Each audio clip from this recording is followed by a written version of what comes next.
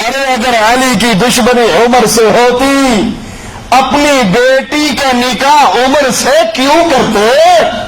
جاؤ یہ تو آج بھی جا کر اپنی گلیوں چوراہوں میں پوچھ لو، اپنی بیٹی جو جگر کا ٹکڑا ہوا کرتا ہے کوئی اپنے دشمن کو دے سکتا؟ اور وہ علی ہے جس کے بارے میں یہ بھی نہیں سوچا جا سکتا کہ اس نے ڈر کے دے دی ہوگی، وہ شیر خدا ہے بقول تمہارے اعلانات۔ ہم علی کو اللہ کا اسد مانتے ہیں، اللہ کا شیر مانتے ہیں۔ تم اگر علی اور عمر کے درمیان بغاوت، بغض اور نفرت کی باتیں کرتے ہو، قیامت کی دیواروں تک اس 1 سال کا جواب تمہاری پوری جماعت نہیں دے سکتی۔ اگر علی کی عمر سے دشمنی تھی اپنی لاڈلی بیٹی کو عمر کے نکاح میں کیوں پیش کیا؟ عمر کو اپنا داماد کیوں بنایا؟ وہ علی کہتے ہیں کہ لوگوں، میں نے اپنے رسول صلی اللہ علیہ وسلم کو اکثر یہ کہتے ہوئے سنا کہ میں ابو بکر اور عمر نکلے، ابو بکر اور عمر اور میں نے یہ کیا، میں نے ابو بکر اور عمر نے یہ کام کیا۔ جس طرح اللہ کے حبیب آپ کو اپنی زندگی میں ہر بات میں اور ہر معاملے میں شریک فرماتے، مجھے پہلے ہی یقین تھا کہ اللہ آپ کو ان دونوں کے ساتھ جگہ عطا فرمائے گا۔ سیدنا عثمان اور سیدنا علی کا فرمان ہے، جو کوئی امین اور قوی کو دیکھنا چاہتا ہے وہ عمر فاروق کو دیکھ لے۔ سیدنا عثمان رضی اللہ عنہ مرضا فرمایا کرتے تھے، عمر کا باطن عمر کے ظاہر سے زیادہ خوبصورت تھا۔ باطن اور ظاہر کے اندر اکثر لوگوں میں فرق ہوتا ہے، ظاہر تو خوبصورت بنا لیتے ہیں اور باطن کم ہی کسی کا خوبصورت ہوتا ہے۔ اللہ تجھے تیرے پیارے ناموں کا واسطہ ہے، ہمارے باطن کو بھی صاف کر دے، ہمارے ظاہر کو بھی صاف کر دے۔ سیدنا عثمان کہتے ہیں امیر عمر کا باطن امیر عمر کے ظاہر سے زیادہ خوبصورت تھا اور ہم میں سے کوئی بھی اس کے مثال کا نہیں ہے۔ سیدنا علی فرماتے ہیں اللہ تعالیٰ نے ابو بکر و عمر کو قیامت تک آنے والے سلطانوں کے لیے حجت بنایا۔ اللہ کی قسم وہ دونوں سبقت لے گئے اور بعد والوں کو سخت مشکل میں چھوڑ گئے، ان کی یاد میں امت مغموم رہے گی، غم کے اندر رہے گی۔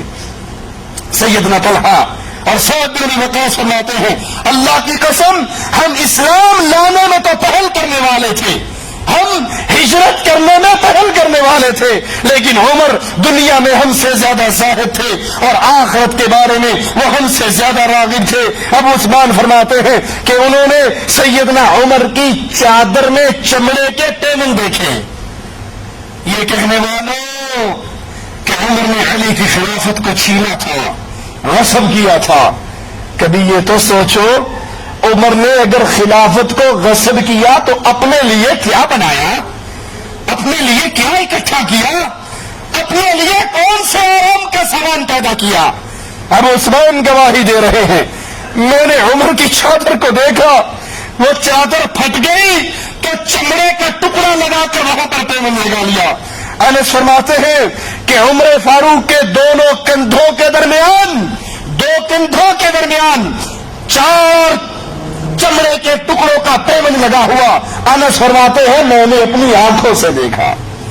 اگر بقول تمہارے عمر ابن خطاب نے اپنے ذات کے لیے حکومت کو چھینا تھا، اکٹھا کیا اس کی فقیری کا تو یہ عالم، جب بیت المقدس کی چابیاں لینے کے لیے چلے ایک غلام کو اپنے ساتھ لیا، آدھی دنیا کا فاتح، آدھی دنیا پر لا الہ الا اللہ کے پرچم کو لہرانے والا، اپنے نہیں پرایوں نے، کفار نے گواہی دی اگر مسلمانوں کے پاس ایک عمر اور ہوتا پوری دنیا پہ لا الہ الا اللہ کا جھنڈا چھا جاتا۔ ایک غلام کو لے کر جا رہے ہیں اور یہ نہیں کہ غلام چل رہا ہے اور امیر سوار ہے، اس کے ساتھ فاصلہ طے کر لیتے ہیں، کچھ سفر امیر عمر سواری کرتے ہیں، غلام مہار پکڑ کے چلتا ہے، پھر امیر المؤمنین آدھی دنیا کے فاتح وہ مہار پکڑ کے چلتے ہیں، غلام کو سواری پہ بٹھا دیتے ہیں۔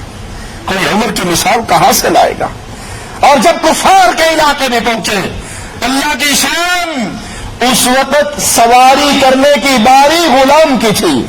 وہ غلام نے کہا امیر المؤمنین اب تو کافروں کا علاقہ آ رہا ہے، میں اپنی باری آپ کو دیتا ہوں، قربان کرتا ہوں، اللہ کا واسطہ ہے آپ نیچے نہ اتریے وگرنہ ہماری بےزتی ہوگی کہ امیر المؤمنین کا غلام سواری کر رہا ہے اور خود اس کے خادم بن کر آگے چل رہے ہیں، آپ اوپر سوار رہیے. جواب میں کہتے ہیں اے میرے ساتھی، یہ کہنے والے کہ کفار کیا کہیں گے؟ عزت آسمان سے اترتی ہے، دنیا کی چیزوں میں نہیں ہے. اب تیری باری سواری کرنے کی ہے اور امیر المومنین کی باری آگے چلنے کی ہے. عیسائیوں نے دیکھا امیر المومنین کو آتے ہوئے تو پوچھتے ہیں یہ جو آ رہے ہیں یہ دو خبر دینے کے لیے آ رہے ہیں کہ پیچھے امیر المومنین کا دستہ آ رہا ہے؟ کہا نہیں، یہ امیر المومنین خود آ رہے ہیں. کہا اچھا جو یہ اونٹ پہ سوار ہے یہ تمہارا امیر المومنین ہے؟ کہا نہیں، یہ اس کا غلام ہے اور وہ ہار پکڑ کے نیچے چل رہا ہے. اب اس کی باری چلنے کی تھی، غلام کی باری سواری کی تھی. چابیاں لا کے امیر عمر کے کپڑے نکال کر کہتے ہیں جو اپنے غلاموں سے یہ سلوک کرتا ہے وہ ہم سے بھی برا سلوک نہیں کرے گا. بغیر لڑے لوگ فتح ہو جاتے ہیں.